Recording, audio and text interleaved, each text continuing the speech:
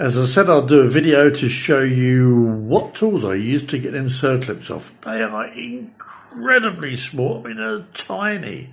First of all, I had to use a pair of these, a pair of the old tweezers. But it's the problem of actually seeing the buggers. Oh yeah. Now I used to use these in my former employ, and that didn't involve wearing rubber gloves and a face mask. That's another story altogether. But